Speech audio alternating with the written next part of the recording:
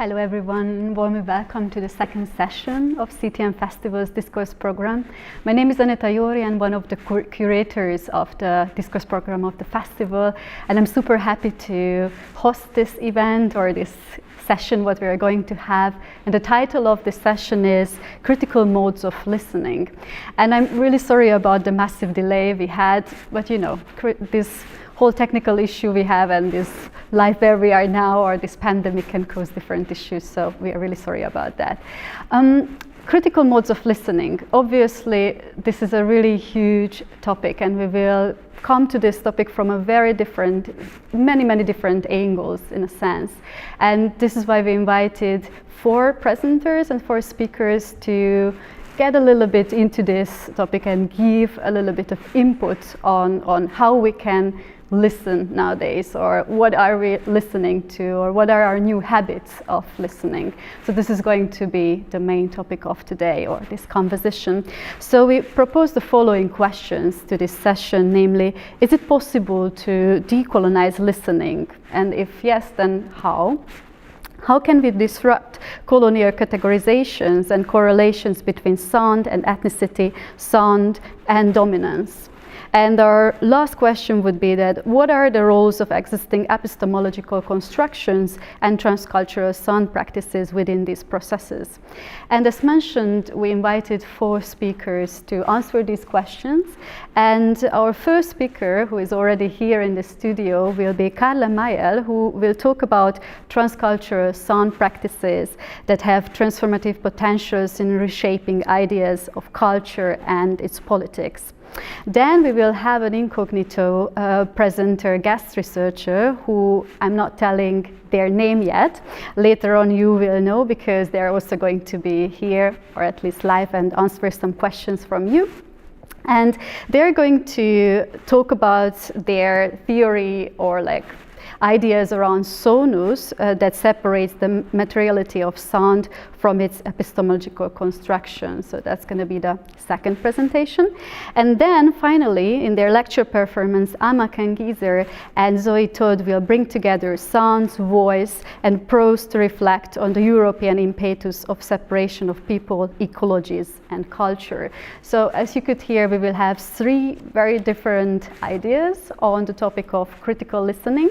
And we will have about 25 minutes for each presentation, and then after 25 minutes we will have about 10 minutes for a little discussion. And at this stage I would really like to encourage you all who are at home to send in questions, which you can do 2 ways at the moment. So if you're watching us via YouTube, please type in those questions via the YouTube chat. You can see it on the right-hand side.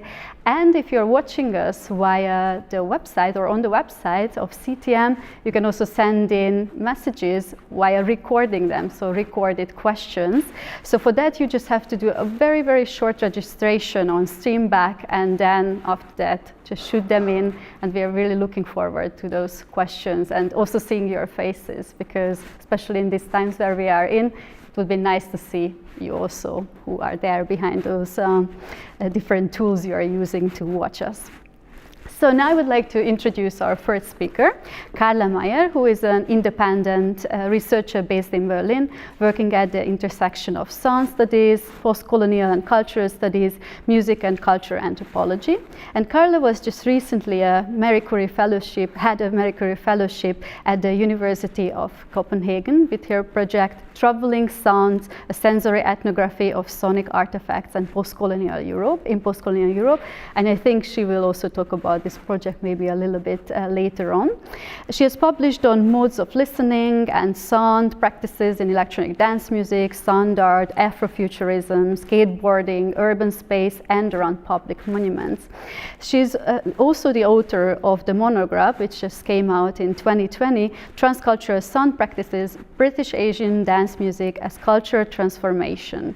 And I think she's also ready to talk about this book and also about the results of her research. And her presentation's title is Rhythm, Disruption, Transformation, Sampling Politics and Transcultural Sound Practices. So Carla, the stage is yours. We are really happy that you are here live and also made it to the studio, because you are based in Berlin. Thank you, Anita. Thank you, CTM, for having me, and to all of you who are listening and watching. Thanks so much to the CTM team for putting together such an exciting discourse program and for making space for this year's topic on transformation that is manifesting and untuning through such diverse and inspiring thought and practice at this festival. In my contribution today, I will be talking about transformation through a number of sonic and analytical angles, focusing on musical examples from South Asian influenced music production in the UK more specifically, and also an analysis of sound practices and critical modes of listening. A focus in my research for the last decade has been on the politics of sound, around which I've been thinking about how sound practices in music and everyday life shape and are shaped by processes of cultural transformation. Transformations that often happen within the doings of culture, such as the sonic practices of sampling or processes of transcultural exchange and collaboration. Transformation always happens within and across many different axes of power and privilege. And as the description of CTM's theme claims, and I quote, "Art and music can amplify a multitude of voices and provide a laboratory in which we can imagine alternative practices," end of quote. Transformation thinks beyond representation and attends to knowledge production, sonic and otherwise, as something more fluid. This talk is structured along three different and interrelated concepts, namely rhythm, disruption, and transformation, through which I will approach some of the sound and thinking around the topic of politics of sampling, transcultural sound practices, and critical modes of listening. In the first part of my presentation, politics of sampling will be discussed through some of the sounds and rhythms that I've listened to and analyzed in my book, which came out exactly 1 year ago, with the title Transcultural Sound Practices, British Asian Dance Music as Cultural Transformation. In the second part, I will discuss how sound practices disrupt and reconfigure rigid concepts of culture, and how a more fluid and open-ended methodology might push the limits of sonic research that more traditional academic and pop cultural discourses around music and culture tend to impose on sound, and to think towards the disruptive moments and the intensities of sound and its critical agency. Finally, I will recapitulate some notions developed in my talk on sampling politics and sound practices to ask how to work towards critical modes of listening in music and beyond.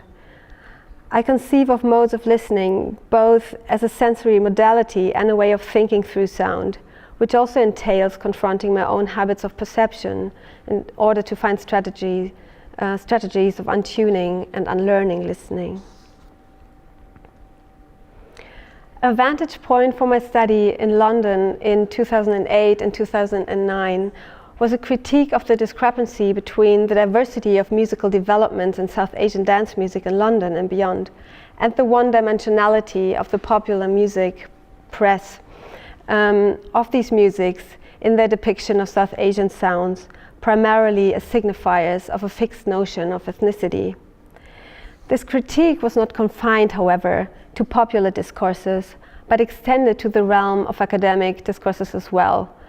Since the 1980s, when world music, for instance, became a marketing strategy to sell so-called non-Western music to a wide mainstream audience, that was often accompanied by descriptions such as traditional, folk, or tribal, and in this way musical production that entailed musical influences from diverse musical traditions and techniques from inside and outside of Europe were put into this category, and thus served to divide it from quote-unquote modern Western pop music.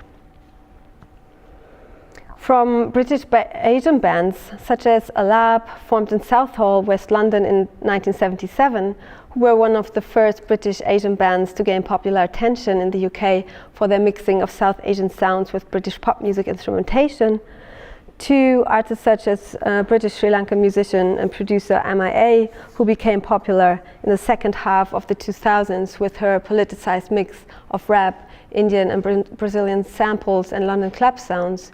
These musics have persistently been perceived in relation to some sort of authentic Indianness, a strategy of othering against which whiteness is defined as the often unarticulated norm. And this is despite the fact that the music by artists such as Amer was firmly based in the UK electronic music production and was produced as part of many transnational collaborations across Europe, India, the Indian subcontinent and Africa, and so on. So this type of essentializing cultural politics of music has been criticized by a number of academics already in the 1990s, such as the authors of a highly influential book, Disorienting Rhythms, The Politics of the New Asian Dance Music, in which music, media and cultural studies scholars Sanjay Sharma, Ashwani Sharma and John Hutnick were taking account of the diverse musical scenes in the UK that were created through various bands, dance music projects, club nights, record labels and radio shows that they summed up as the New Asian Dance Music. They stated that, I quote, "What is common to this music is not simply the ethnic marker of Asian, rather its concomitant articulations of roots, and in brackets, identity, belonging, place, and roots, in brackets, or routes, cultural flows, movement, translations. The global musical adventures of Fundamental, Talvin Singh and Nitin Sawhney and their collaborations with other international artists make it difficult to fix the origin of their sounds, especially as it is produced in places such as Mumbai, New York and Johannesburg, as well as in London. Nevertheless, it is argued that their music is uniquely made in Britain, even if it is clearly not wholly of it." End of quote. The authors of Disorienting Rhythms also remained critical of tags like the New Asian Cool, a term that came up when South Asian musicians and cultural producers started their own distinct club nights and record labels in the mid-1990s, a development that was soon captured by the umbrella term Asian Underground. As Sanjay Sharma criticizes in his article on the sounds of alterity, I quote, "The newfound hypervisibility and popularity of hybrid Asian fashion, film and music, summed up by the spacious label Asian Cool, mostly created by the Style Media, signifies the splitting of Asian cultural representation in terms of a postmodern hybrid against a traditional ossified culture." End of quote. In my book, I explored different moments in British Asian music rather than accounts of a linear musical history, and focusing on the analysis of musical tracks by artists such as Apache Indian, Asian Dub Foundation, MIA, Dusk and Blackdown, and Nathan Flutebox Lee. These examples do not exhaustively represent South Asian influenced dance music by any means. Rather, the analytical focus on concrete sound practices through which sound from a number of sources and performance techniques recontextualize sounds to shift meanings and thus generate new musical ideas beyond ethnicized connotations. We will shortly listen to sound snippets by the Asian Dub Foundation, one of the key figures who have defined South Asian music in Britain. They formed in 1993 and with partly changing band members are still active today. Their mix of South Asian inflected rap, dub, jungle and punk resist exoticizing inscriptions, which are reproduced in world music discourses, and sonically amplifies a radical, danceable and activist dance. In the track Collective Mode from their 2000 album Community Music, Indian classical and Bhangra music was sampled and manipulated to become the leading melody in a dancehall track.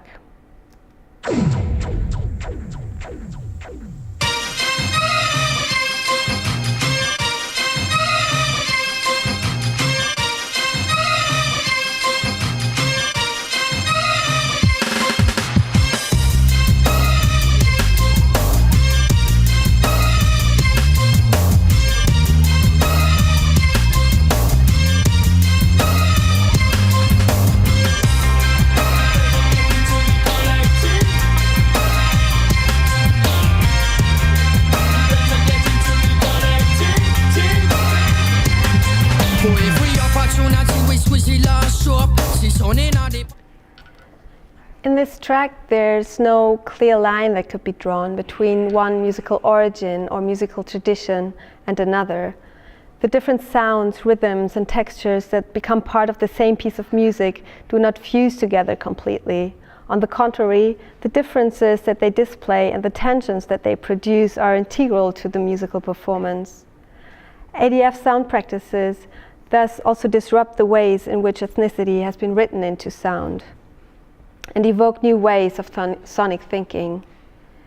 ADF has always explored musical as well as political ideas in order to develop new ways of thinking about essentialist or racist notions in regards to South Asians in the UK, and their sampling techniques and the use of Indian as well as Western instrumentation and technology has demystified Asianness as the quote-unquote exotic other. ADF's title track, A History of Now, of their 2011 album is based on a sped-up Bhangra loop featuring a dol drum and a tumbi.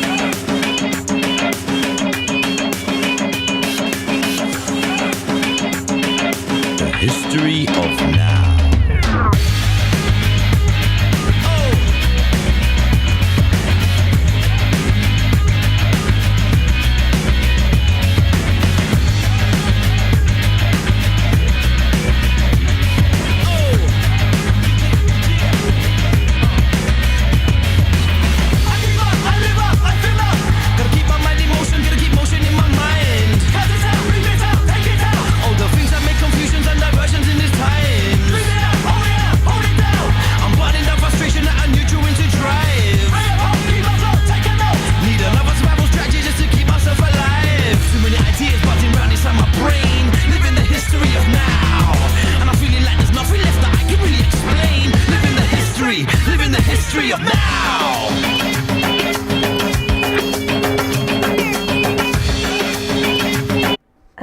In this track, A History of Now, as I just said, there's this sped-up Bhangra loop featuring a dol drum and a tumbi.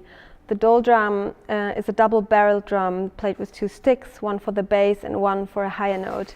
And the accompanying tumbi is a wooden plucked instrument from the Punjab region that provides a high-frequency, repetitive melody in this track. So looping and speeding up this Bhangra sample thus also results in a repetitive and highly danceable rhythmic pattern. After a number of repeats, the bass guitar kicks in, introducing the full force of ADF's instrumental fabric of distorted guitars, a three-chord punk rock riff, a thumping bass line, and a straightforward beat on the drum set. The tumbi melody keeps running through the track, providing a repetitive hook line in the instrumental parts. ADF has created a distinct sound that has constantly reshaped what actually constitutes popular music in the UK. A critical mode of listening is evoked in how ADF's sound practice is recontextualized in different versions of A History of Now music video. The track's initial video addresses the information overload of digital communication technologies. Jimmy Cauty, founding member of KLF and The Orb, then produced a series of visual interpretations of ADF's track, which feature the political protests on Tahrir Square in Cairo and in Tunisia in the context of the so-called Arab Spring of 2011, events which coincided with the release of ADF's album. The Asian Dub Foundation's distinctive sound generates transnational trajectories of struggle against hegemonic power structures in contemporary Egypt and Tunisia. In this process, ADF's sound practices actualizes different struggles across media formats and beyond the boundaries of race and ethnicity. I now turn to musician and producer's MIA's sound practices, which amplify her politically loaded lyrics that deal with issues of immigration, gun crime, surveillance, and war. particularly with regard to the transnational repertoire of sound and intertextual references she draws from. MIA's sound practices can be read as inherently transcultural sonic fictions. We are listening to her track Sun Showers from her 2005 album Arular. I bongo with my lingo and beat it like a wing, yo. To combo, to Colombo, can't stereotype my thing, yo. I salt and pepper my mango, shoot spit out the window. Bingo, good I'm in the bingo. Now what I'm doing my thing, yo. Quit bending all my finger, quit beating me like your Ringo. You wanna go, you wanna win a war. Like PLO, I don't surrender. The sun shines that all of my troubles are over you, my baby. The sun shines, I'm reading at you, 'cause I'm watching you, my baby. The track uses a cut-up version of the Sonclave with only the first 3 hits being played, turning the rhythm into fragmented and disorienting beat. The other sonic element which is dominant in this sound practice is the synthesized conga sound. The dry and high-pitched sound was created with the Roland MC505 drum machine used here to substitute the bass drum. The juxtaposition of the clave rhythm and the synthesized conga sound creates an affinity with reggaeton. And Sun Shower's lyrics are uttered by MIA in a way that follows the syncopated rhythm of the track. The pronunciation and flow of MIA's vocals is characterized by elements of Jamaican patois and a singing style in which is oriented towards raga and dancehall. In MIA's sound practice, the differences are amplified, they're blown up, and the space for new meanings and alternative ways of being in the world are constructed through the cut-up rhythm, a rhythm that is out of tune with the expected meter, the expected sound, and thus breaks with habitual ways of perception. The vocal track was doubled and slightly set apart in the stereo picture, and thus shifts from right to left and back again, and that keeps the listener in check with an unsettling listening condition. Beats and vocals seem to be in constant motion, jumping, dancing, refusing to be tied to one place, engaged in a dynamic process of rhythmic negotiation. MIA's track Paper Planes from her 2007 album Kala feature the well-known bang and kerching sounds that resemble a gunshot and a cash register.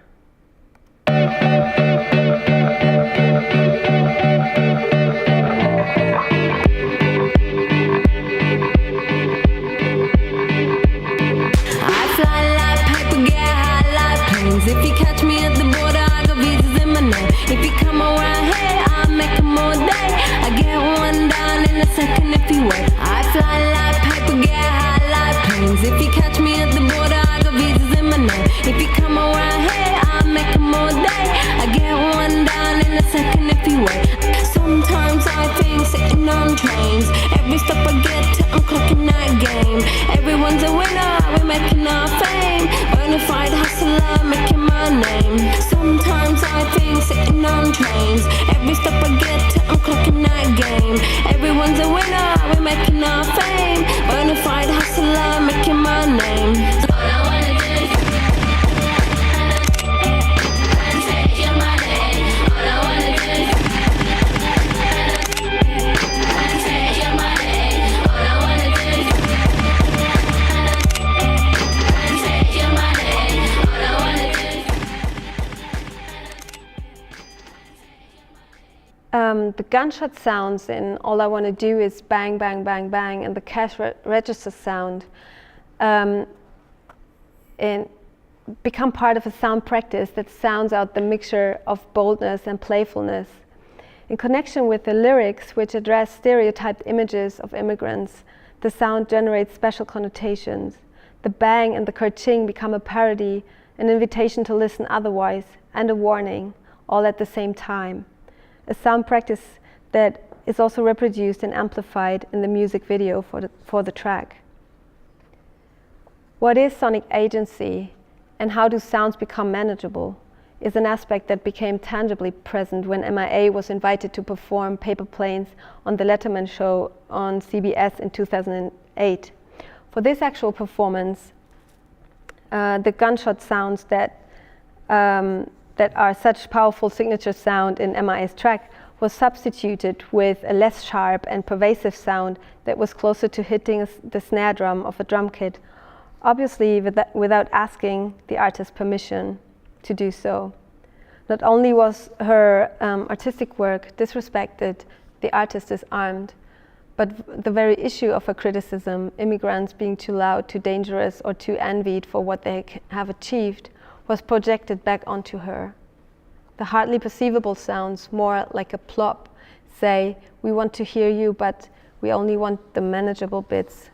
This manageability is often produced in discourses that lie outside of the musical process, the creative process of making music, but they often lie in the wrapping and compartmentalizing of music, in which sounds become a product up for sale.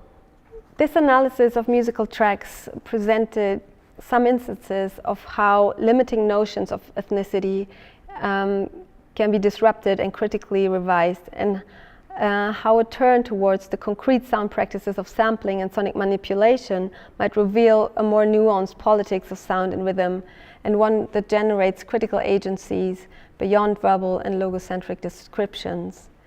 Transcultural sound practices have the capacity to disrupt and reconfigure rigid concepts of culture, and a more fluid and open-ended methodology of sound practices might push the limits of sonic research. This open-ended methodology of sound practices might include an analysis of how sounds become meaningful as an aesthetic strategy and a discursive practice in and of itself, an engagement with the ways in which sound is perceived, produced, and performed. Conceiving of sound practices as emergent sonic ideas, as critical modes of listening, and as part of wider social realities and hierarchies. Conceiving of sound practices as a transcultural practice, therefore, means thinking about how sound is related to and intervenes into discourses of race, class, and gender, and how specific sound practices generate and transform these discourses. Thus, transcultural sound practices are about the concrete workings of sound and their performance, but it is also about how sound practices become relevant, as well as contested within larger contexts of musical production and sonic experience and various cultural transformations. To conclude, I will recapitulate some notions developed in my talk on sampling politics and sound practices. So while working on the very concrete material of sound and music, sound practices, a concept I developed in this book, have the capacity to create new narratives, to amplify alternative histories, and to forge new relationships between music, politics, and the wider social world. It is not the sound itself that naturally develops a political power that points in exactly the progressive direction you might envision, but the ways in which sounds are treated, sampled, and manipulated can become an aesthetic strategy of navigating new sonic ideas and relationships, which include musical, verbal, visual, and performative elements of music production in a way that indeed becomes political. Because it can change the way we listen and shift the paradigms of who is heard, what is heard, and how. So sound practices is exactly about this. It's not about, or the transcultural sound practices is not about a culturalistic reformulation of ethnic identity in a migratory and globalized world. It pushes beyond identity as a fixed entity and towards processes of cultural transformation as a repertory of resources, dances, and new sonic fictions, and how they have emerged from South Asian cultural production in the UK and beyond. Listening as a form of disruption means to consider the agencies and situations which bring certain sounds into existence, and to notice what particular sound practices give attention to those agencies. A critical mode of listening entails reflecting on and on tuning the ways in which we as researchers are also entangled in these affective, sensory, relational workings of making and perceiving sound and rhythm. In this talk, this was done by amplifying some sound practices and techniques used in South Asian influenced music production and how they can be used to challenge conventional concept of culture. I argue that a more fluid methodology of sound practices contributes to a more critical listening and sonic thinking. Thank you.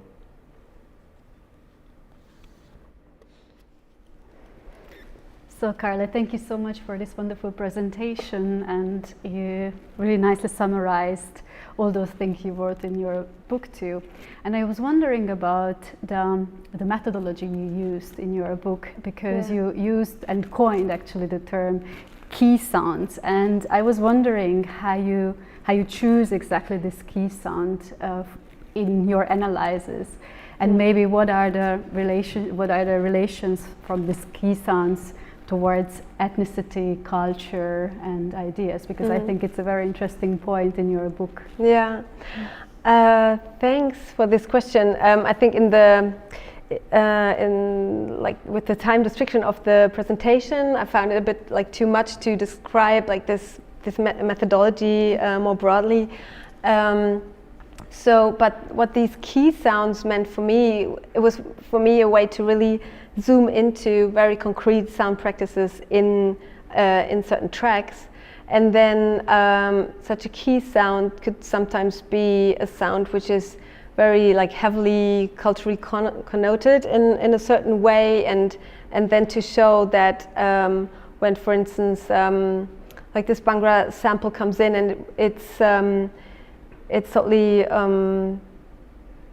like decontextualized in this dancehall piece by the Asian Dub Foundation, then what happens at this point? So it was more like to say key sound. It's not like a signature sound or a sound that kind of has an inherent meaning, but more to say that it becomes key in a certain sound practice. And I think that's... Yeah, all right, thank you. And you also wrote in your book, and I'm sorry in this position because I could read it, that you also used interviews. So there was this two kind of methodology behind it, and not only analyzing those tracks, but also conducted interviews. Yeah. And why? When I started, so actually I became very interested in South Asian dance music through my own interest in drum and bass music and so on. And in Germany I went to a lot of clubs and so on and listened to this music. But when I came to the UK, this was like a kind of a new level, so to say, also of all this kind of dance music culture, and then I only became aware also of the South Asian presence in that, like in the particularly in the mid 90s, and so I kind of became aware of that, but I couldn't really grasp what's going on. And so when I started this study in 2008, 2009, I also wanted to speak with a lot of people, like from like musicians, but also cultural producers, radio presenters, and so on, to get a feeling about this scene, and to and also talk a lot about the different musical practices and also the whole context, and get a better feeling of that. Although then in the end, in the book, I decided to focus a little more on the actual like sound, like the recorded sound, so to speak, but this was also like a back and forth between conversations with the artists and analysis of musical pieces. I was wondering about it, if you had this kind of intense exchange with musicians when you analyze their pieces, you know, that you say that these are the key sounds, but probably they're the key sounds for you. I don't know if you ask them about it and their opinions. So I mean, a key sound can be so many different things, and it's not that I define what it is and then that's it. So of course, there was like more or less like conversation in the process. So with people from the Asian Dub Foundation, I had several conversations, and also with some other local artists such as Nathan Flutebox Lee, and so yeah. But then with MIA, it became a little bit more difficult because she totally like was like in the mainstream, and then she was also away from Europe and so on. So yeah. I don't know if that's the answer to your question. For sure. And I can see that we have also a video question from Streamback. So I would say that we can play it now, and we'll see. And after that, I will also have another question to you. Okay. Hi there. We are seeing massive reactionary forces in global society, but in juxtaposition to also many emancipatory movements. It is a simultaneous process, I guess. In which way do you think the cultural practices you presented played a role in this? And how do you think critical listening can be implemented to support post-colonial voices? Thank you. Okay, it's a very good question. I guess. Yeah, I have to see like how I can respond to that. Also a very complex one. So Yeah. I understand that. I mean, I would like to maybe ask back if you mean that how these sound practices or their agency, how this becomes productive in contexts that also are outside of the music itself, that it's more like it becomes like a critical force in like wider discourses. Is that right? I think that was the question the about. question. Yeah. And I think, yes, I mean, I think it needs so many different angles to get at that problem. And I think that that music really plays a big part in this, in really like also changing how people think and so on. On the other hand, of course, there have been a lot of examples where sound is also used to actually reinforce certain power structures and reinforce also highly racist and so on attitudes and rhetoric. So it's I think it's not that sound is kind of progressive or like critical in itself. It's the sound practice. So you have to do something with the sound in order for it to really have this agency. Yeah, it's really nice. And I know that you also work on it recently in a different way. So I know that you wrote your book your PhD in 2012, and now it was published last year, obviously, in a rewritten form.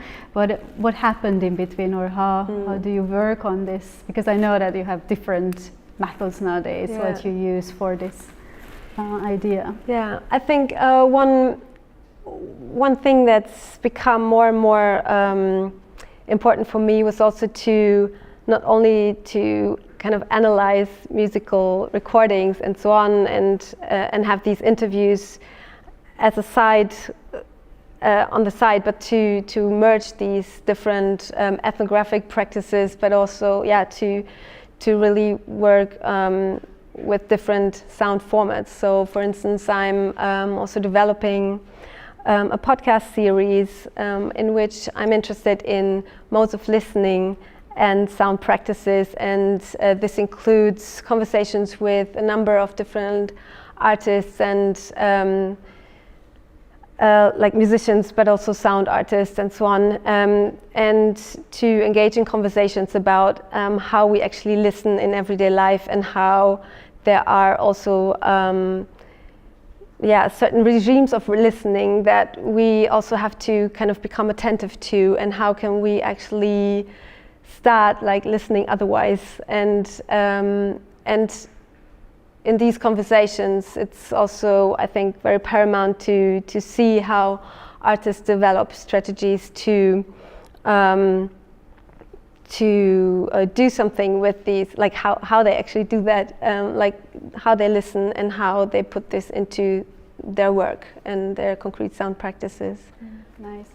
And you have this kind of mission or aim with these podcasts to bring these topics, so to say, into a broader audience. And I think that's how it starts, no? That we can change maybe kind of the ways of listening. And yeah, I think it goes in two ways. I'm also very much interested in the format of the audio paper, which is like an emergent format more in the academic context, where I think it's, because also within academia it's very important to not to say like, okay, we're working on sound, but in the end we will only produce written pieces, right? And so the audio paper is something that I'm engaging with, and there's some really nice platforms like Seismograph, for instance, and where this really is being pushed to become a more established format. But then also, of course, the podcast, it's also aimed at a more like a wider audience, and to bridge gaps between academia and arts and so on. Yeah, the gap is unfortunately still there, and it's still very deep. Yeah. But we are getting there, so I'm kind of optimistic. All right, thank you so much, Carla. Unfortunately, we don't have more time for questions, and I can see that there's no other questions from YouTube or from Streamback. So thanks a lot for coming and being here in the studio, and also for your wonderful presentation, and also for the nice answers on those questions. And we go further with critical listening, or new modes of listening, or critical modes of listening with the topic, because now we are switching to the second presentation, which is a pre-recorded presentation from an incognito presenter. This is why I'm not saying anything else, but you will hear the person's name, I promise you, in 2 minutes within the video. So now we will switch to that. Guten Tag. This doesn't sound right. But well, this will do. My name is Meret Yamola. I am a sound historian and composer. Today I will talk with you about the theory of the anthropology of sound, which I wrote about in my book Sounding Modernities. And I will expound on this idea by talking about the migrant Manila musicians in the 19th century until today. But I would like to begin by asking, what do you see? And now? And now? In all these different pictures, most of us simply see the sunflower, the subject of the medium. Rarely do we refer to the medium that mediates the representation of the subject. In the very first example, we can say that the medium of photography has a very transparent medium. Transparent in the sense that the medium makes itself invisible, and all that we see is the subject. Whereas Van Gogh's painting brings to our attention the texture of brushstroke and his post-impressionistic vision of the sunflower. In my research, my reflections bring me to fundamental philosophical categories of ontology, what do we know? And epistemology, how do we know? Conventional cultural historiography, one that is based on the study of material culture as its ontological subject, typically builds its arguments around the cultural artifacts. This becomes obfuscated when we study post-colonial objects that may have exactly the same artifacts, but may have contradictory understandings attached to it. This is why, in my research, I became more interested in the epistemologies of modernity and within it, understandings of race. And to understand these epistemologies, we need to examine how such understandings are mediated. What media and media processes formed such understandings? Very apt in this theoretical reflection is the shift in thinking that transpired in German media theory in the 1980s. Drawing from Foucault's notion of the historical a priori, media philosopher Friedrich Kittler transformed this into what he calls the technological a priori.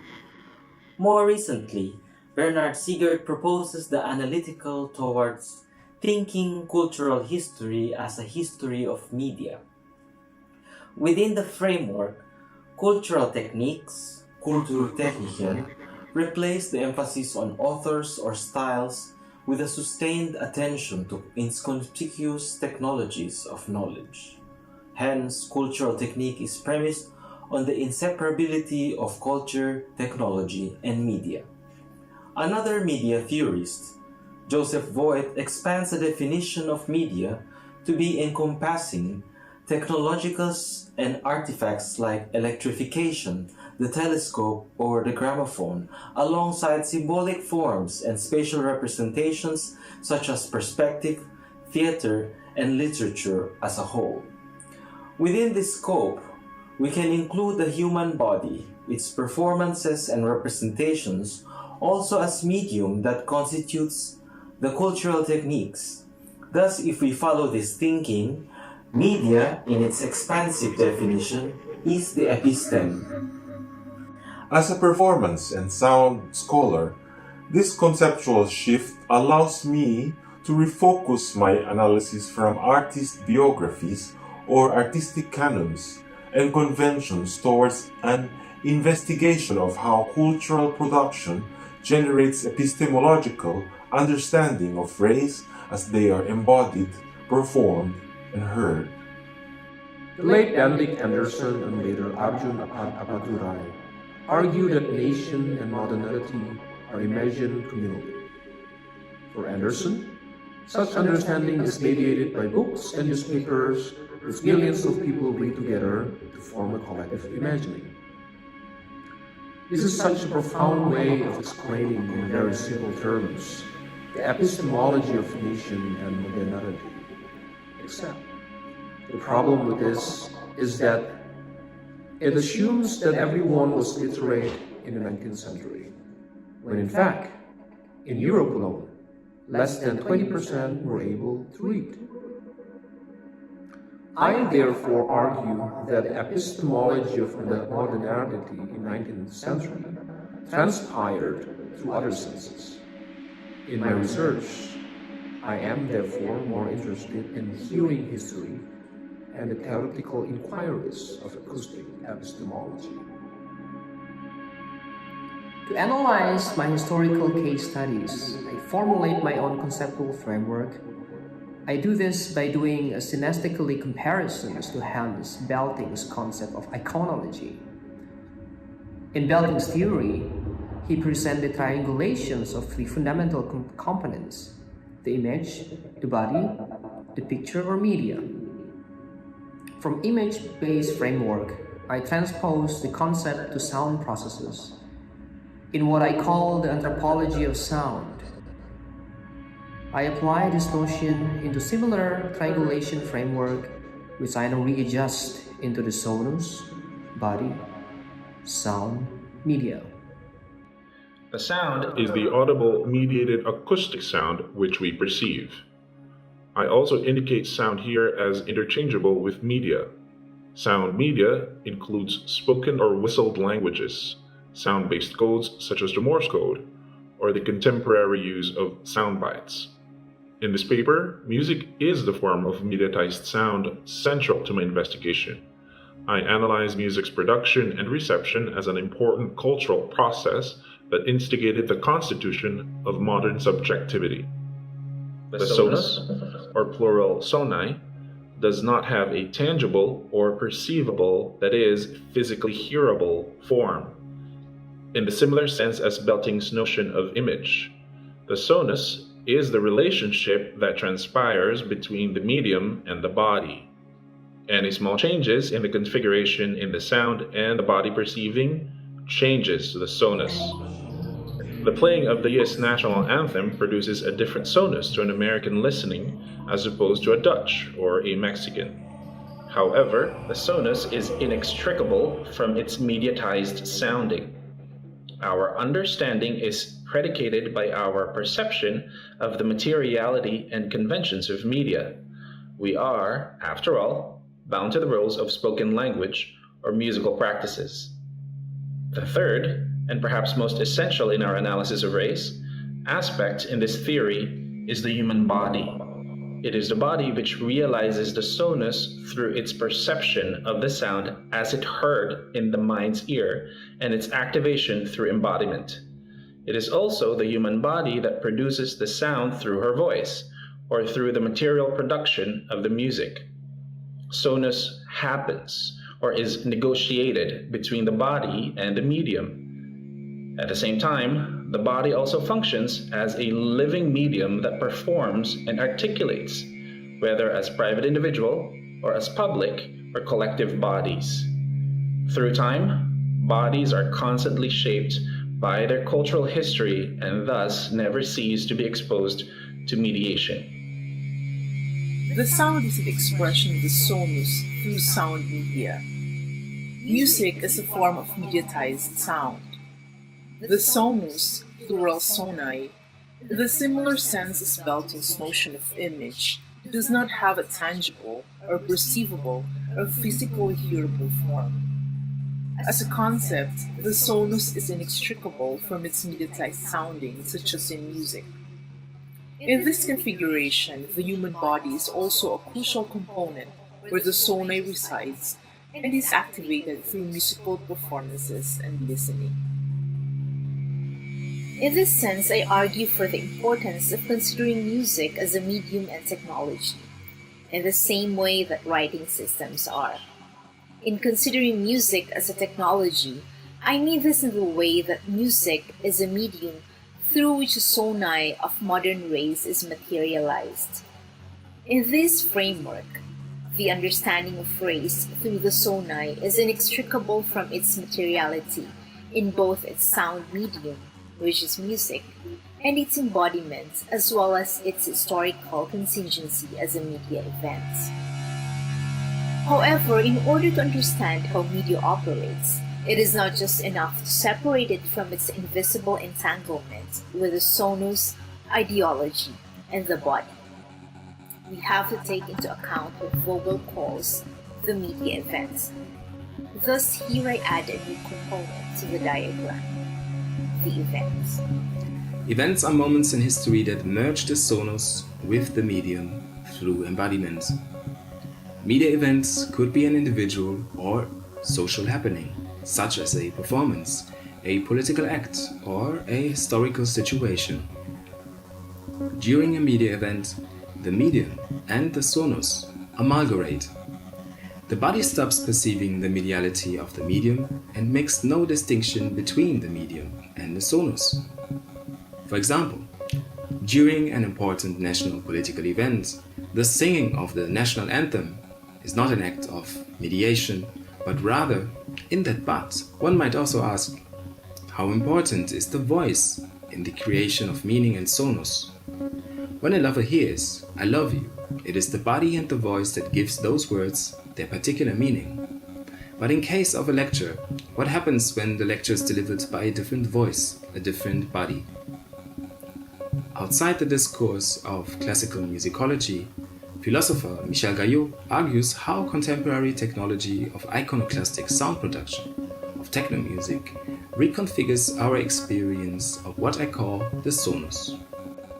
When he refers to a virtual image in which one no longer finds oneself frontally across from a wall, but in the presence of new horizons, which one can enter and experience singly and collectively. In this realm of non-referential sounds, we are no longer dealing with a copy of the real world, with this representation, but rather with its extension. This gives rise to new sensibilities as well as to a new mode of being in the world. By disentangling the four components, I analyze how the medium, the sonus, or the body could migrate geographically, or from one body to another, and reconfigure separately in specific historical events. Good day. Guten Tag. Sampurasun. Magandang araw. This Doesn't sound right. Well, this would do. In the 19th century, professional and commercial theater and opera established a cultural sphere that was autonomous from the institution of religion and the monarchy. These commercial theater and opera performances provided the mediality of modernity, and in my argument, what I call the sonic scapes of modernity. It is important to note that the circulation of a globalizing theater and music industry in the second half of the 19th century, Manila was not just in the receiving end. Central in this dissemination of acoustic modernity in the Asia Pacific was Manila and the Manila musicians. At the time, when there did not exist nation-states in Southeast Asia yet, people coming from the Spanish Philippine Islands were called Manila men, and the musicians were called Manila musicians. Within Spanish colonial Philippines, the natives of the islands were called Indos. Most European colonizers called their colonial subjects Indians.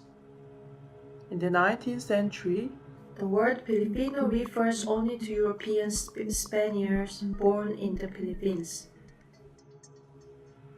With no nation or state to identify them with before the establishment of the Philippine Republic, the term Manila man became the term used to refer to natives of the Philippines when they traveled to other territories. While most of these men were not necessarily natives of Manila, the city must have served as a synecdoche for the Spanish archipelagic territory. Filipinos migration historian Floro L. Mercini traces this label back to the 16th century to refer to the local Filipinos who were recruited as seamen for the Trans-Pacific galleon ships, many of whom jumped ships and stayed in the Americas. In the 19th century, Manila men became an important classificatory term for the imperial bureaucrats who began to implement modern record keeping and census in their colonial territories. Manila musicians were involved in the migration of modern Western music across the different cities in the Asia Pacific. Church and military-trained Filipino musicians became in-demand human resources in the modernization projects of the neighboring cities. Acoustic modernity, along with the hiring of their sound laborers, the Manila musicians, was an important issue among the citizens of the urban capitals in an ongoing translocal competition for modernity. This was heavily discussed on opinion articles on newspapers as in the Midday Herald on 20th of August 1895. Quote, "It is a matter of some surprise that a city like Singapore do not possess a town band. They have one in Padang, and why not here in Singapore? Take a glance at the model settlement of Shanghai, for instance. For the past 15 years, they have had an efficient town band composed of some 30 old Manila musicians. And they perform in public 2 or 3 times a week, and are paid for their services out of the municipal rates, quite as a matter of course. And why could not the same plan be adapted in Singapore?" Unquote. In my research, I scavenged for surviving historical newspapers and archival documents from disparate archives to piece together a general pattern and some specific details in the movements of sounds and ideas instigated by the migration of Manila musicians. In 1869, Manila musicians were recruited as court musicians of King Norodom in Phnom Penh to expand the kingdom's musical repertoire. In 1881, Shanghai was the first to form its own municipal band composed entirely of Manila musicians. Here are some of the newspaper program announcements of the Manila bands in other cities where they migrated to, in Penang, Medan, and Singapore. Here is a possible photo of the Santa Cecilia Band in Singapore in 1913. And here I show some of the passport applications of the different Manila men trying to apply for entry to work as musicians in different cities across Asia. Archival documents show that the Manila musicians have been part of the diplomatic and missionary efforts of the Spanish Empire in the Asia Pacific since the 16th century, which traces their long history of musical migration. But it is in the 19th century that they began to be part of a globalizing commercial music industry. Betwixt the boundaries of nations and cultures, the liminal Filipino musicians served as agents in the modernization processes of other Asian states. Many military and police state bands in Southeast Asia were initially formed by Filipino musicians. This role will continue into and throughout the 20th century as Filipino musicians worked in the ever-increasing numbers of clubs, concert halls, and entertainment venues in Asia. There are not many recordings of the Manila bands, but here is an Edison Amberol wax cylinder recording of the Philippine Constabulary Band during their US tour in 1909.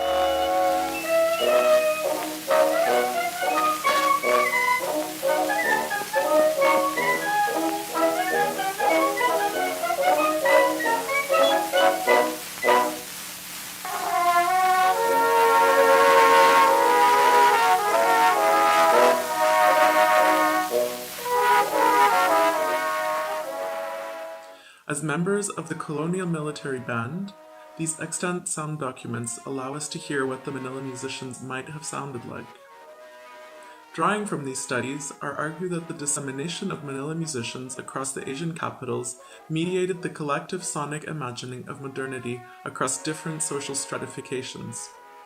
Rather than the West-centric imagining that touring theater, opera, and concert stars from Europe performed in mostly confined colonial theater spaces, it was the liminal position of the Manila musicians which bridged the modern sound between various hierarchies of race and class in the colonial spaces.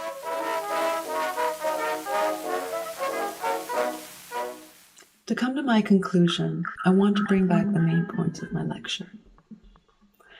First, I explicated that the understanding of modernity can be understood in its epistemology, in asking, how do we know it? And we understand modernity through the media that makes itself legible. I explained here that such legibility, though, is not necessarily apprehended through print media, as was argued by Benedict Anderson. In the 19th century, epistemes of modernity transpired through hearing and sounding. In order to explain how such sonic understandings were construed and constituted, I unpacked the entanglement of the medium, the body, and the sonus. In laying bare the intermeshed processes of the body, the medium, and the sonus, we can study how modernities are understood, represented, aesthetically apprehended, embodied, and performed.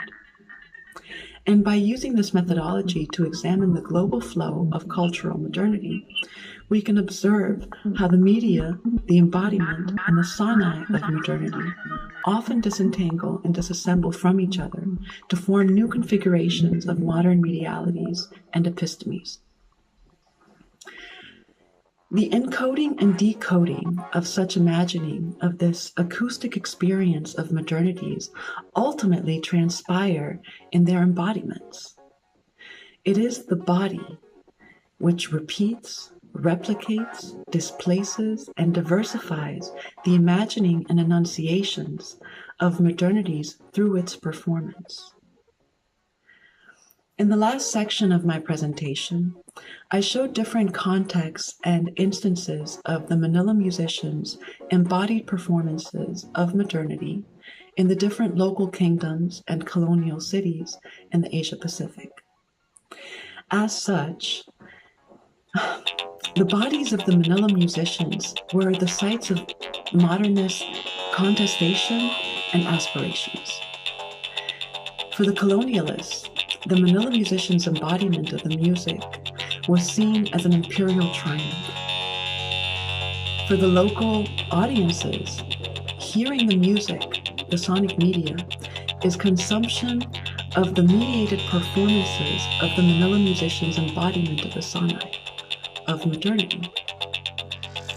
Thus, what has been commodified was not music in itself per se, but the embodied transculturalization strategy that is evolved by the colonial cultural processes of the Filipino. And therefore, for the Asian audiences, the Manila musicians' bodies became the very medium that mediatized the sonai of modernity.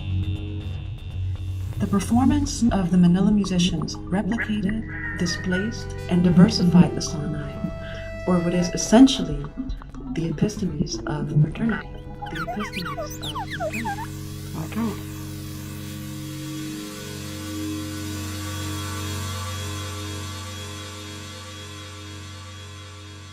Guten Tag. 안녕. Goedendag. This doesn't sound right. This doesn't sound right. This doesn't sound right. This doesn't sound right.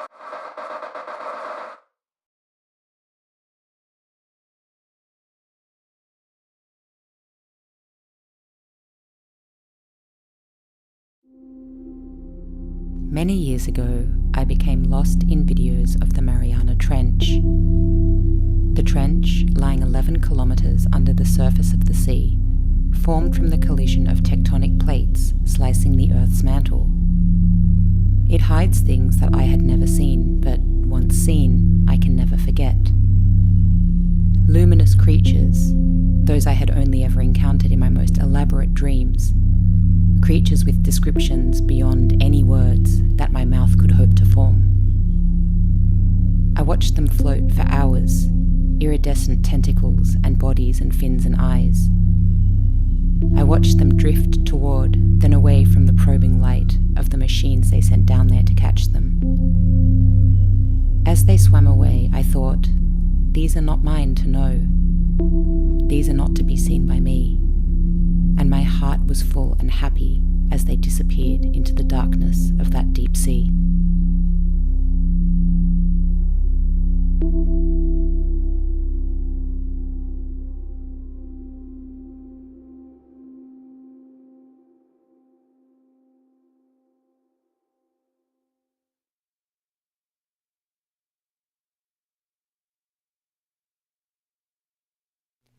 Decolonizing listening requires a complete undoing of how we are taught to listen as Anglo-Europeans. Narrowly misconstrued as conditional on the ears and the voice, listening is understood as instrumental to sharing language. Listening is, as all communication, trained. It is encultured and geographically specific, shaped by social, political, and economic forces, violence and oppression. Despite this, it is expected that we listen in universal ways. The fallacy of this is clear when you consider that even though we assume we listen carefully, being unheard, misheard, or misunderstood is a common complaint.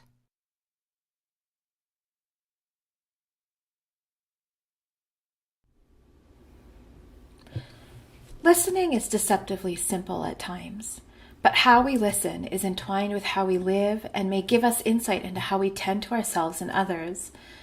Necessary questions such as, from where do I listen, how do I listen, to what do I tend, and what do I hear, are important when thinking about environments and ecosystems. These questions show us that we are always working across difference, which is itself always in becoming and unknown.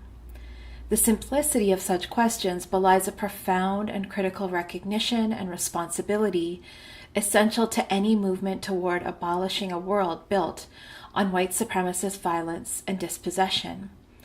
The kind of listening that we are attempting to theorize alongside and play with here is unequivocally arduous, slow, and constitutes many lifetimes' work and thought undertaken by many people across many places.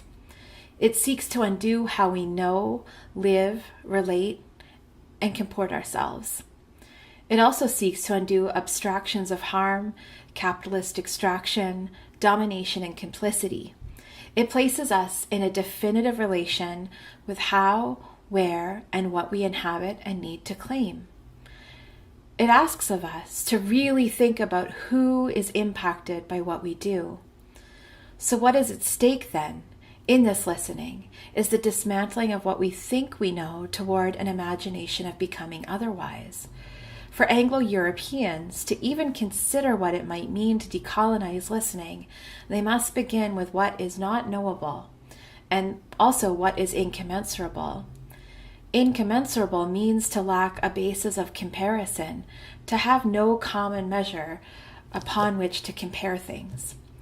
The creatures of the Mariana Trench, for example, to listen to them is to encounter, and an encounter is always an interaction of translation and sense-making. Sense-making and translation rely on comparison. To understand something that I hear, I compare it with other things so that I can enfold it into a system of categories through which I order the world. So before speaking of decolonization, we must speak of what it means to encounter the incommensurability of the earth, our inability to compare ourselves with that which sustains us.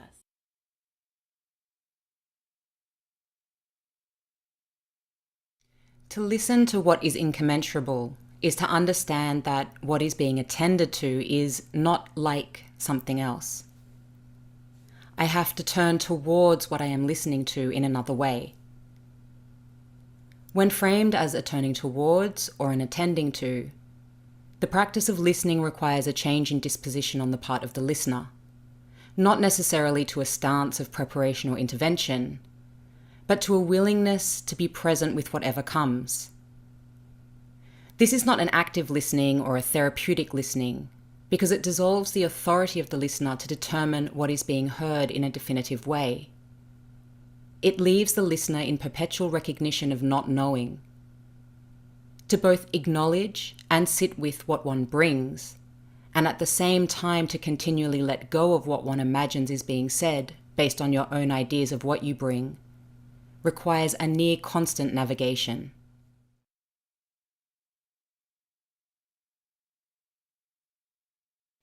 Because we are never just one thing and no encounter is ever just one thing, listening is a practice composed by and through difference. Listening tells us that there are infinite ways that encounters happen and infinite interpretations. What listening does is offer a pause for these variations to be tended to. It creates an opening for suspension, for being with. It gives no answers and offers no absolution. There is no end or conclusion to be drawn. While it situates us, it also takes away certainty of thought. It questions over-representation and analysis. It makes one aware without needing to know what comes next. It shows us how we story where we are, because we always hear things from where we are.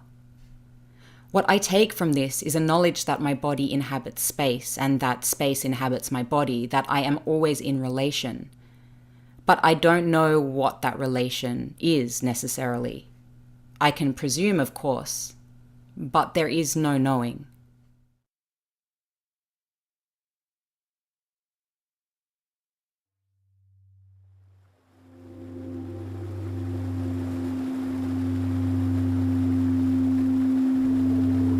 Six years ago, I wrote a short piece for Canadian Urbanism magazine entitled Creating Citizen Spaces Through Indigenous Soundscapes.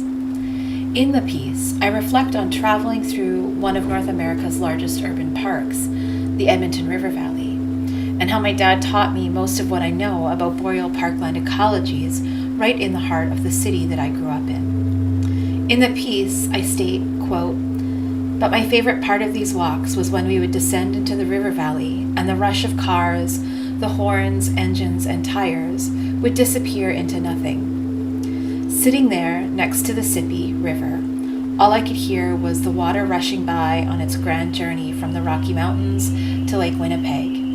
My dad would narrate these sounds, explaining the Namweoak sturgeon swimming by below the North Saskatchewan's waters, the grasses and shrubs that grew at the water's edge. Sometimes in the spring, we would hear the frogs on the river's bank singing raucously into the city's inky black night," end quote.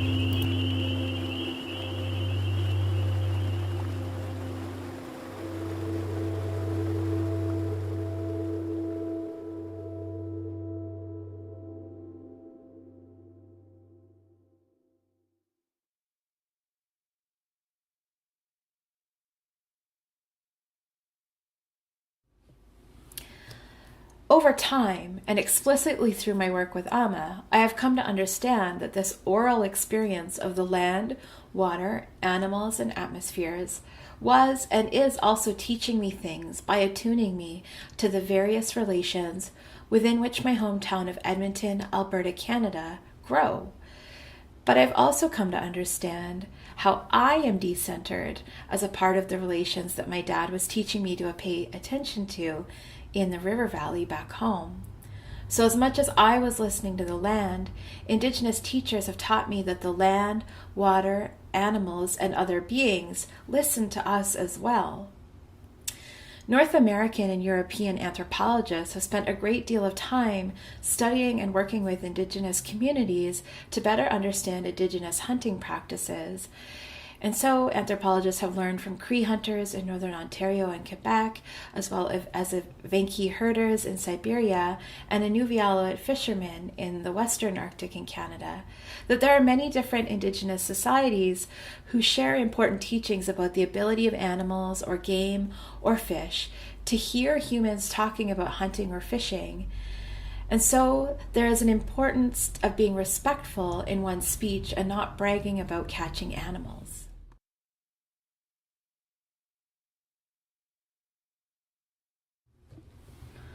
So it's really important for us to consider the ways that animals' ability to sense have formed us and how we do things. The opacity of water when you're standing at the water's edge or when you're sitting in a boat shapes the fish relations that we are able to engage. And it requires us to wait and ask, wait and listen. There's no assuming. We have to always know that it's always going to be a relational thing to engage with land, with water, with fish. Some days it's okay to engage, some days it isn't. When we listen to the fish, when they grant us permission, we can hear them singing, we can hear their croaks and their grunts and their chirrups and sighs. But what do they hear when they listen to us? What disturbances do our bodies make that resonate through their bodies? How do we move the water?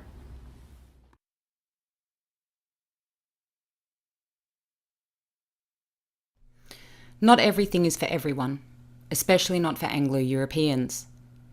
The biggest thing to undo is always needing to know.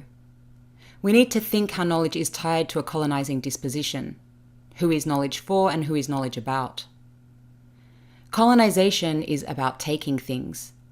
This is what Gwenpool scholar Aileen Morton Robinson writes when she argues that white possession is the mode of rationalization underpinned by the, and I quote, desire to invest in reproducing and reaffirming the nation-state's ownership, control, and domination.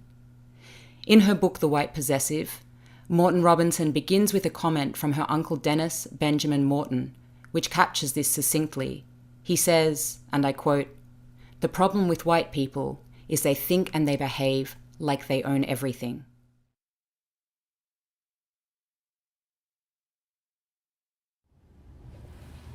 Recording through digital technology has a deep history of surveillance and salvage in the discipline of American and North Atlantic anthropology. So we seek in our own work to disrupt assumptions that field recordings are created in a vacuum, or the assumption that recording nature is itself a harmless act.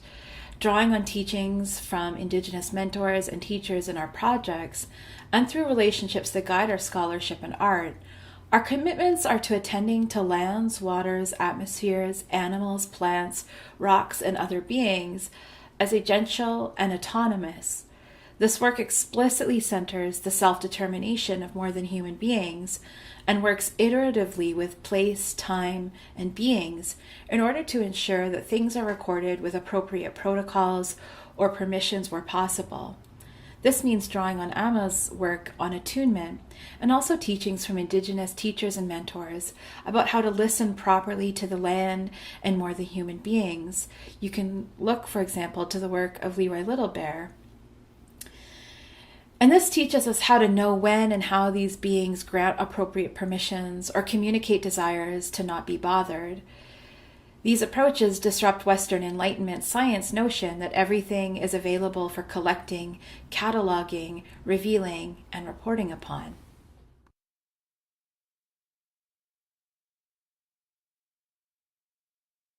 There is no way to be in good relation to place if the soundings of those places are stolen. There are things and moments that are not to be heard by outsiders. Some things are to be heard by specific communities, and some things by specific members of those specific communities. Eavesdropping or recording without permission is a violation. I think of the microphones they built to put into the Mariana Trench over 10,000 meters down into those depths. They had to build it especially so that it wouldn't crack under the pressure of the sea. They had to carefully calculate how to lower it down slowly enough so that it wouldn't break. One would think that if something is that impenetrable, something's that difficult to do, perhaps it shouldn't be done. All the exploration in the name of science, to put ears into places that they weren't meant to go.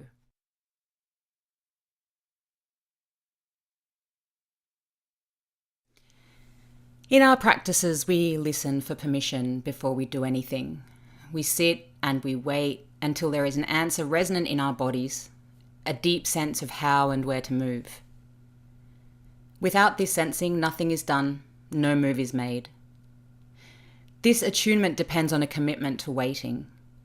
To feel an answer, to feel permission, often takes time. Introductions need to be made, our intentions need to be named and shared. This isn't only with humans, this is with the land, with the ocean, with the fish. Sometimes it takes months of listening, sometimes years. Sometimes an answer never comes, and that is in itself an answer. Over time, we've grown to understand what a no feels like, what a yes feels like. I have learnt what happens when I ask and receive a no and I do it anyway. My equipment fails, my microphones break, plans go awry. The fish don't come, they swim away. My body feels the heaviness and anxiety of things not done properly. Things feel wrong.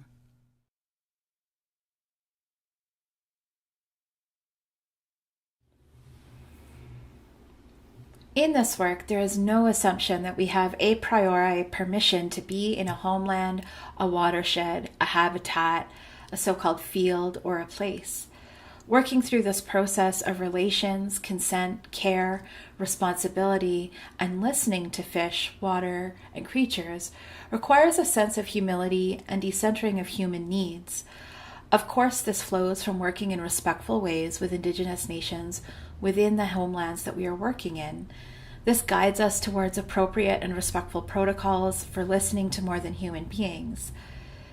The goal is to be as non-invasive as possible while acknowledging that any human presence is always an intervention in the lives and worlds of more than human beings.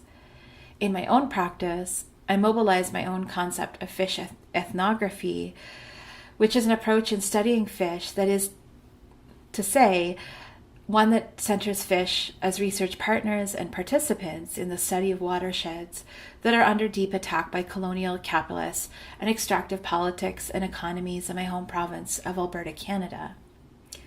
The research teams that I work with commit to working in ways that never apply invasive scientific techniques. No autopsies, no radio tagging, no experiments on fish as conventional Western biology might seek to do. Instead, we work in a way that relies on studying fish within the webs of relations they already exist in, getting to know how they nurture and are nurtured by other beings they coexist with.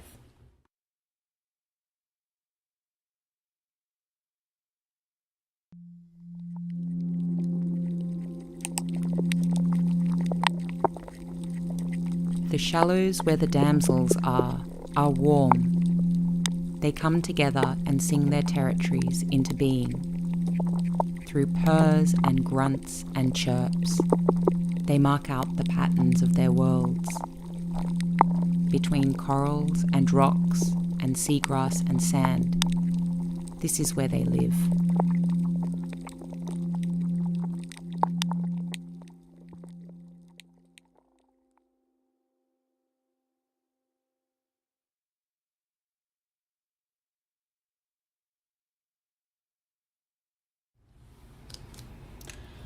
I learned to pay attention to the fish from spending my summers on lakes and rivers and creeks with my family in central and western Alberta. My late stepdad, a zoologist with a passion for fish, reptiles, and amphibians, was a consummate fisherman. He would come home from a day's work with a small red cooler that contained that evening's dinner, fish that he had caught on one of the waterways that he spent a lifetime with. Whether it was whitefish from the Red Deer River, or trout from a stocked lake in the Alberta foothills, or fish from the rewatered wetlands on the renaturalized farm that he lived on in central Alberta, Wayne had a knack for listening to the fish in a way that was deeply respectful of their worlds and knowledge. We grew up eating these fish, grilled, fried, baked. So when I think of the waterways back home, they are also integrated into my very being as they helped nourish me, feed me, and they grew me up from childhood to adolescence. In order to catch fish with the skill and attention that Wayne practiced, you must embody the kind of listening that Amer is employing in their work. You know the difference between spring runs and summer meanders. You study the sedimentation, the color of the water, the way it runs from season to season, year to year, and decade to decade. Anna Singh calls this an arts of noticing, and this is precisely what my family taught me to practice in my own homelands. What I want to highlight here is that it is possible for Anglo-European folks like my stepdad, like my settler mom, to come into good relations with place and being through listening, through attention, through noticing. This noticing is about listening, and not just the act of hearing with one's ears, but humbling oneself in relation to place, history, power, and coming to understand that the fish, the water, inform life and meaning in place. This requires also coming into humble and reparative relation with Indigenous societies, laws, and peoples who have been in relation to particular places in my home province since time immemorial.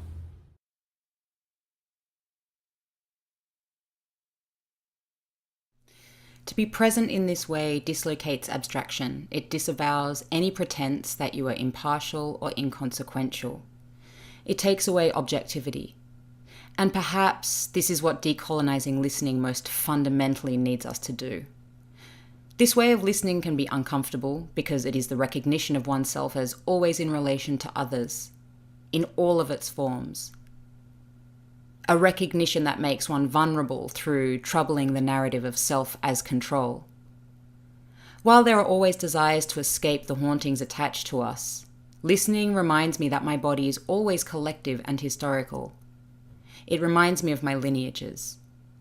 And this is necessary, particularly when there is a tendency to erase and forget that the dispossession, exploitation, and extraction that these lineages bring are ongoing. Listening is coming to a place as who you are and who you are perceived to be in relation to where you are, and accepting that this is never benign and nor is it arbitrary. In fact, it is the very ground from which one unfolds and must be prioritized. So hello everyone, we are back again in the studio, and hopefully now without any technical problems we can hear the others, also Zoe and also Amer is here. We are very sorry about the issue with the video, and we promise that we will upload it again, and hopefully later on you can also watch it on YouTube if you kind of missed the half of it. So first of all, I'd like to introduce the two persons who are behind this wonderful video essay. Amer Kanngieser is a geographer and sound artist working with listening to think more closely with or in the entanglements of people, time in the ecologies. Their current projects amplify movements for self-determination in relation to ongoing colonizations through resources, extraction, environmental racism, and ecological disaster. They are the author of Experimental Politics and the Making of the Worlds, which was presented and taken out in 2013, and the forthcoming book, Between Sound and Silence, Listening Towards Environmental Justice, which is coming out very soon. Their audio work has been featured, for example, on Documenta 14th Radio, BBC 3, ABC Radio National, and the Natural History Museum in London. Zoe Todd is a Métis scholar and artist who teaches at Carleton University in Ottawa, Canada. Her work engages science, art, social sciences, and indigenous knowledge to tackle the diverse interconnected challenges of protecting fish in rapidly changing watersheds and landscapes. Through her work in indigenous environmental studies, she focuses explicitly on applying Métis philosophy, art, and law to reassert reciprocal relations with fish, water, and aquatic species. She's also the founder of the Institute for Freshwater Fish Futures, and maybe we can talk about this institute also later on. So first of all, I know that some of the people might missed half of the video. I was wondering about the images you used in the video, because I think it's a wonderful way with the visuals and also the sound in the background and also the whole essay and the text. So can you tell us some words about the images you specifically used and why exactly these images for the video essay? Amer, do you want to? Zoe, that question's for you. So Amer and I have been collaborating for a few years now. Obviously, we're working across homelands in what is known as Canada currently, and in the Pacific. And I have been doing sort of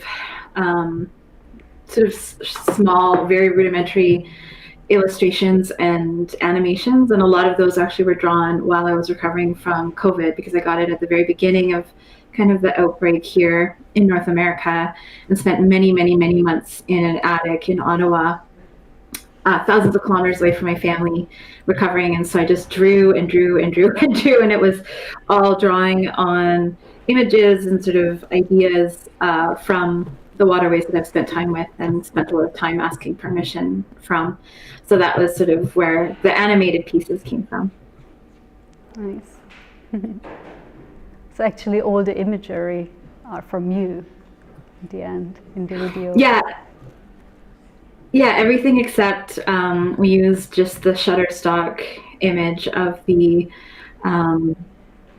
jellyfish.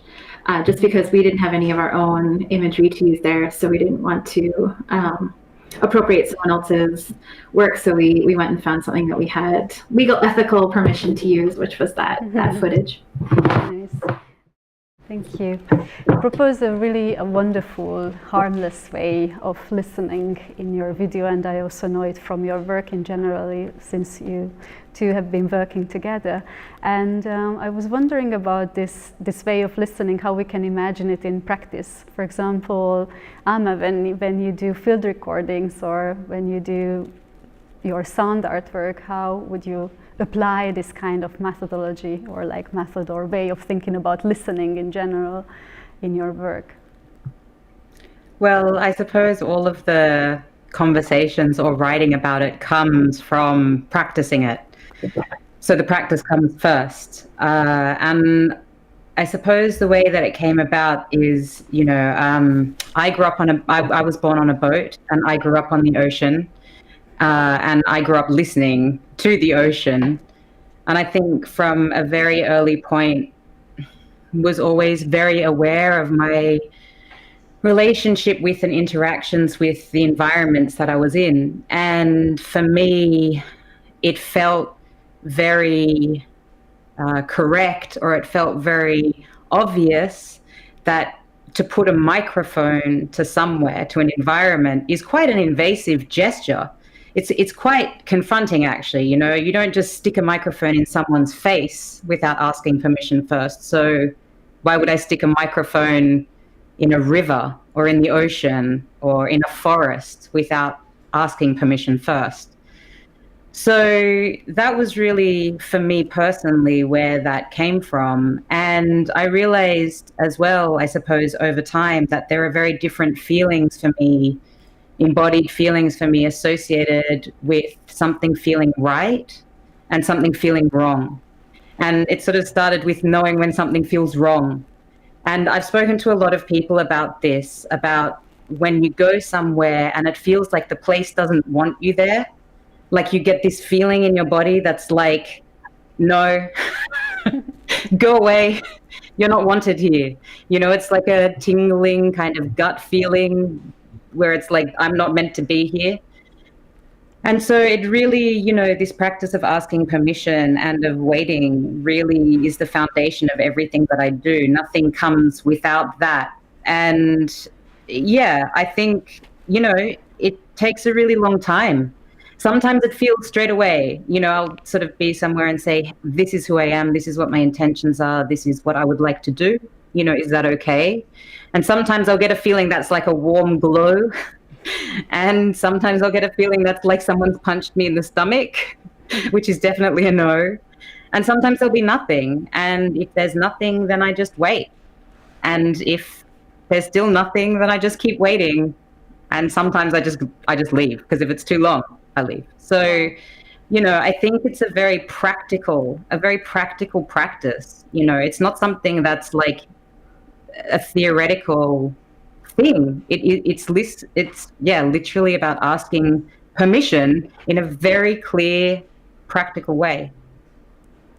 So it's more about... And if I can... Yeah, please. Well, I was just going to say, so, you know, Amer is coming from the position of a settler in Australia. I have an Indigenous dad and a settler mom, and I think that one thing we're trying to be really explicit with is this work is that we're not saying that settlers need to appropriate Indigenous practices of permissions and protocols, but that it's very important for societies that are built on genocide and dispossession and violation of consent and protocols to figure out how to relearn what it's like to know when you're allowed to be there. And so, you know, we're trying to create, you know, the ethical space for settlers to really start asking, you know, what does it feel like when I have permission, and how do I honor that? And, you know, hoping that helps guide people in a good direction. So Zoe, also for you, when you said also in the video that you wait also hours long, just like Amer said, when they want to record something, that when you are there, let's say on the field or close to a water, and you see a fish, and then when it comes to the point that you say that, okay, now I got the permission, so it's really intuition for you also, like also this embodiment that you feel that kind of the fish lets you in to the aura or something, or how does it work? It's kind of hard. Yeah, it's kind of hard to explain, but I knew that I was doing things with care when fish started finding me when I would visit bodies of water. And it happened all over the place, not just in places I grew up, but like visiting Cambridge, a friend and I went for a walk one August afternoon, and all of a sudden, like, we sat next to the river, and for the whole several hours that we sat there catching up, there were just fish feeding at the water surface. And, you know, you could say that, oh, that's just a coincidence, but it started happening a lot in other aspects of my life, and in places where people said, oh, there's no, you know, I've never seen a fish swim in this polluted canal. And then like a carp would come up and just kind of like slowly rise and then go away. And so I listened to kind of teachings from collaborators and mentors and friends, and you know, realized that, okay, that is a sign that the fish and I are starting to build reciprocal relationships, and that I have a responsibility to them. And so there's other ways that I feel that they strongly kind of guide my work, and they're very hard to quantify, and they're not things I can put in grant applications when I'm asking the government, like, please fund this environmental project that we're doing. But we do on the other side of our projects, working with collaborators, we follow the protocols and permissions of their legal traditions, and that can involve, you know, certain ways of asking permission to be there that are appropriate. Yeah. I was also wondering how you reflect in your work about anthropocentrism, because I think this is also another term that is like circulating in post-humanities discourse, that's how you reflect on that. I think it's very clear from your work how you do that, but just to emphasize a little bit more on that. Anthropocentrism. Yeah, I mean, so I'm Métis. We're a specific nation of people that are a post-contact Indigenous nation that formed in the plains, in, you know, kind of straddling the Canada-US, but cognizant of our responsibilities to other nations whose territory we share. And so we're really informed by Nehio, like Plains Cree, Anishinaabe, and Dene cosmologies, in addition to our European ancestors. And so in a lot of Indigenous sort of cosmologies in North America, and I don't want to speak for other places, but it's a sort of, it's something that is sort of common across a lot of different societies. You know, animals are people, animals have treaty, animals have societies of their own, and so many amazing people are writing about this from various perspectives. And so in that sense, like, posthumanism is very interesting, but I really value the contributions that Indigenous scholars all around the planet are making to sort of saying, like, yeah, and our laws are founded on that, and we've been honoring that for a very long time, and it's not new. And in fact, there's so much you need to learn to start working with that ethic. So really trying to come to that kind of humble place of like, okay, yeah, we have a lot to learn to do this well. Yeah, and just really decentering the sort of arrogance of Western white supremacist colonial capitalist humanism, and really understanding that there's a lot more to draw on to help steer us out of this current set of crises. Amazing. I think, you know, for myself, obviously it's different as well, because, you know, like where I am right now, which is the unceded lands of the Bunurong and Wurundjeri people, you know, I'm very always aware that I'm a settler colonizer here. I'm first generation Australian, and, you know, it really changes my relationship to where I am. I mean, it entirely informs my relationship to where I am. And I think, you know, for me, I can practice very much some kind of attunement with my environment, but I don't know, like, I don't know what birds are saying. I don't know what trees are saying. Like, that's not, you know, it's not for me to know. And I think that's something that's really important, particularly for Anglo-Europeans working on this stuff. You cannot appropriate Indigenous knowledge and Indigenous ideas. You can't just be like, well, now I'm going to listen to a tree and the tree's speaking to me. Like, it's just terrible.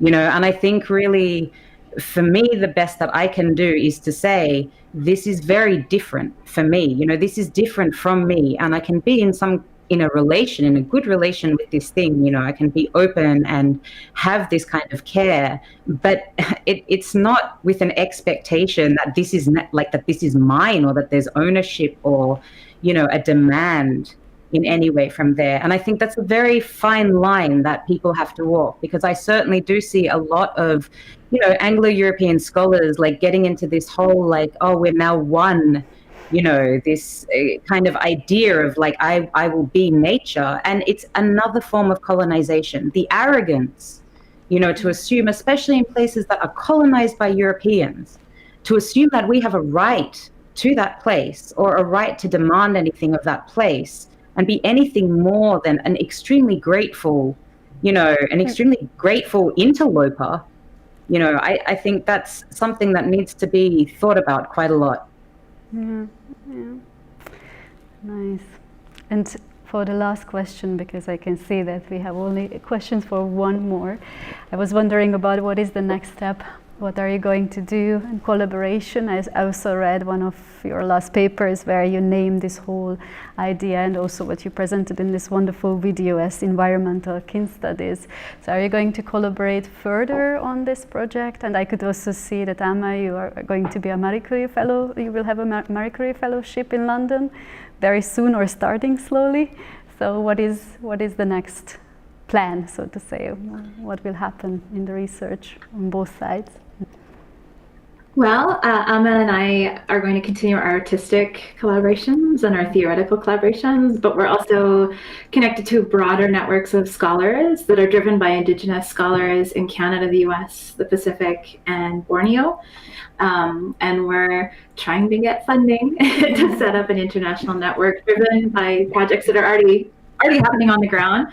And we just want to help drive that funding to the community projects that communities are undertaking to protect watersheds and protect freshwater fish. So that's where that Institute of Freshwater Fish Futures comes into. It is an entity that exists, but it's been very hard to convince white settler scholars and funders that they should let us fund these connected projects. But and Ama, I think, has some other things that are going on that they might want to give us more info on.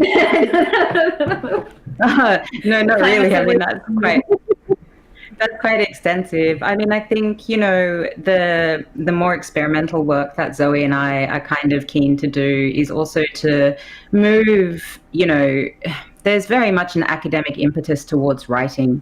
And I think with a lot of the work that we do, it's very hard to translate into words and very hard to kind of, I suppose, capture the sense of it in words. And so that's why I think, moving into audiovisual collaboration manages to, in some ways, at least for me, what I love is bringing in audio recordings of fish and of different areas. So it's like a kind of, giving an articulation of the sounds of the fish rather than saying the fish are crackling or whatever, that it's actually audible and, audible for people to be able to engage with, because certainly a lot of people that I talk to are like, fish make noises. Like, what are you even talking about? Like, fish don't sing. Why are you saying that fish are singing? And it's like, no, they literally have a dawn chorus and a dusk chorus, just like birds, so I think that's something that's really important to articulating the work that we do in other ways so that people might be able to understand and connect to it in different ways outside of, just academic and cultural kind of formats. That's very much about a linear written form. Great. Yeah, thank you so much. But I guess it's very difficult to get funding, as Zoe also just expressed, because, new ways, but it's coming, believe me. It's like few years, and you're going to be really funded everywhere. I'm pretty sure about that. And we hope more people will join us. It's about bringing more people together. Yeah. Maybe some people can hear us now, and then there will be some funding going on. All right. Thank you so much, both of you, for being here. And once again, we are very sorry about the technical issue we had with the video. We will definitely replace it, and everybody can watch it, and hopefully also the little composition in the end will add some information about the research you've been doing. So thank you so much to both of you, and also thank you so much for waking up super early in Australia and so on. We know that it's a big effort, so thank you so much. Have a lovely morning and afternoon, evening, both of you. And thanks for being here. And also for the others who have been still watching us, hopefully there are still some people over there. We are back tomorrow at 2 p.m., Berlin time 2 p.m. with the discourse program, hopefully without any technical issues. We cannot promise, we will see. But so that was the second session of the discourse program, and hopefully the third one will go better. But I think we could also hear a couple of nice new information about critical modes of listening.